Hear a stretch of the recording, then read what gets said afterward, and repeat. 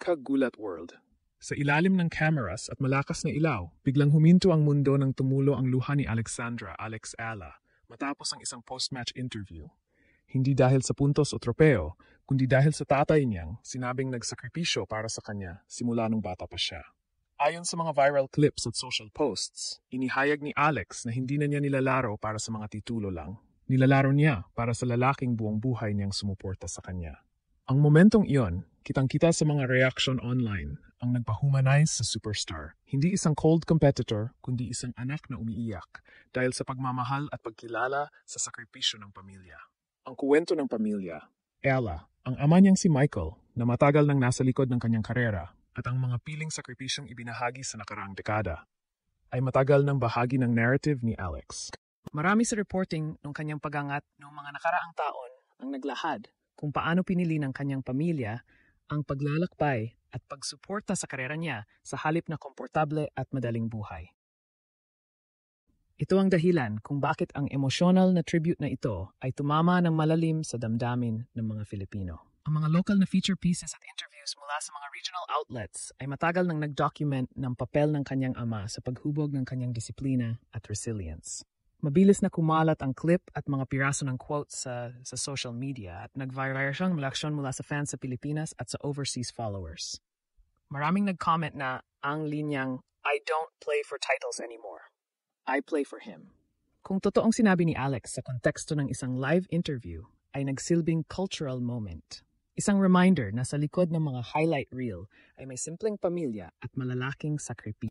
Ngunit mahalagang sabihin, ang pinagmulan ng partikular na wording na kumalat ay kasalukuyang nakaikot sa mga aggregator at social posts. Hindi lahat ng malaking news outlet ang nag-carry ng verbatim quote, kaya ang ilang detalye ay dapat i-treat ng may pag-iingat habang patuloy ang verification. Ano ang ibig sabihin nito para kay Alex at sa Pilipinas? Hindi lang ito viral moment. Ito ay narrative shift mula sa pagiging Pinay prodigy patungo sa pagiging simbolo ng sakripisyo ng pamilyang Pilipino sa sport. Sa susunod-susunod na coverage at interviews, asahan ang mas maikting na interest sa mga behind-the-scenes na kuwento ng kanyang support system, sponsorship narratives, at kung paano nag-translate ang pamilya niyang suporta sa international success. Para sa nation-building angle ng sports storytelling, instant classic ang Hook. Isang champion na naglalaro hindi lang para sa sarili kundi para sa taong nagbigay ng lahat para makita siya umangat. Magandang umaga, Pilipinas. Habang papalapit ng papalapit ang laban ng Gilas Pilipinas kontra Guam sa FIBA Asia Cup qualifiers, isang malaking tanong ang lumulutang sa buong basketball community. Maglalaro kaya si Kai Sotto? Ito ang dasal ng bawat Pilipino, lalo na't matagal nang hinihintay ang kanyang pagbabalik sa national team pagkatapos ng sunod-sunod na commitment sa Japan B-League at pag-aalaga sa kanyang NBA ambitions. Ngunit ayon sa pagsusuri, scouting reports at mismatch projections, malinaw na kahit na hindi siya makapaglaro, mataas pa rin ang tsansa ng Gilas na makuha ang panalo.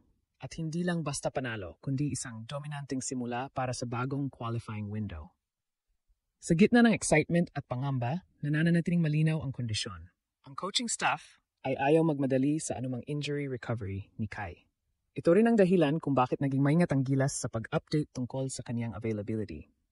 Kung tutuusin, kahit gaano kalaking boost ang maibibigay niya, shot blocking, rim protection, at offensive spacing, hindi pipilin ng Gilas ang isang big man na may NBA aspirations at high-value professional commitments.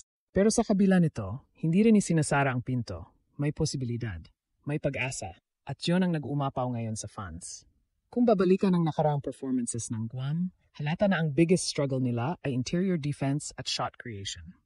Masyado silang reliant sa outside shooting at transition opportunities. At kapag nakontrol ang tempo, mabilis silang na-outclass ng mas malaking teams. Dito pumapasok ang lakas ng Gilas kahit wala pa si Kai. Dahil present na sina Junmar Fallardo, Japeth Aguilar at AJ Edu sa training sessions, malalim pa rin ang frontline ng Pilipinas. Si Justin Brownlee naman, na siguradong sasabak, ay nagbibigay ng elite scoring at playmaking na hirap sagutin ng Guam. Dagdag pa rito ang bagong sistema ni Coach Tim Cone na nakatutok sa triangle spacing, smart cuts at disciplined execution ay mas bagay sa roster ngayon. Kahit wala si Kai, may organisasyon at may galaw ang Gilas. Hindi sila asa sa individual brilliance, buong team ang gagal.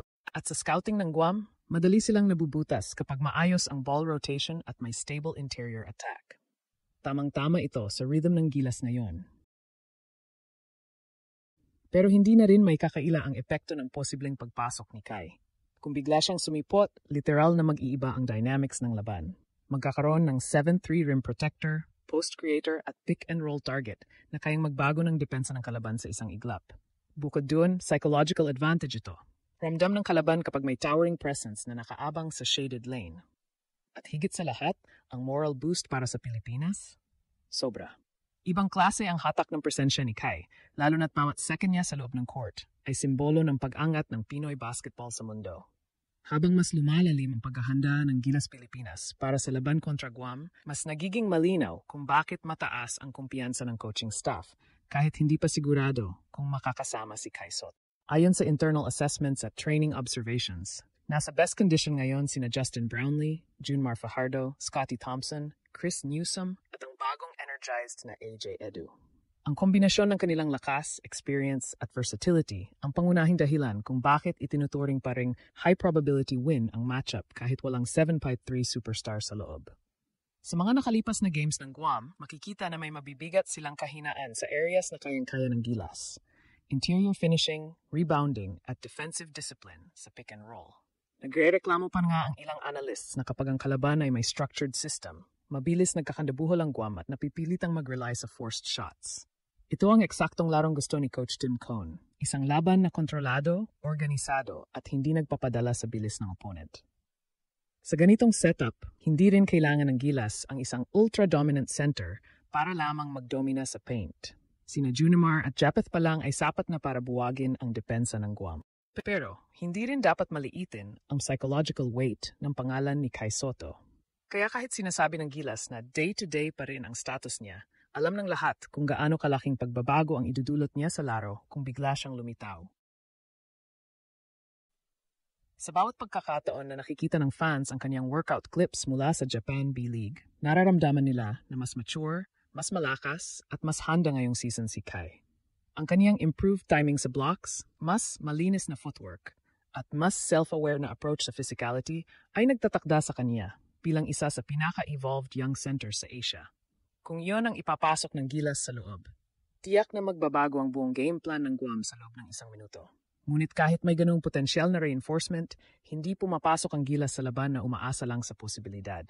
Ang sistema nila ngayon ay ginagawa para gumana kahit sino ang nasa lineup. Kung nariyan si Kai, mas malalim. Kung wala siya, steady pa rin at danger. Ito ang pinakamalaking difference ng Gilas ngayon kumpara sa previous versions. Hindi na sila umaasa sa individual scorer. System first na ang identity.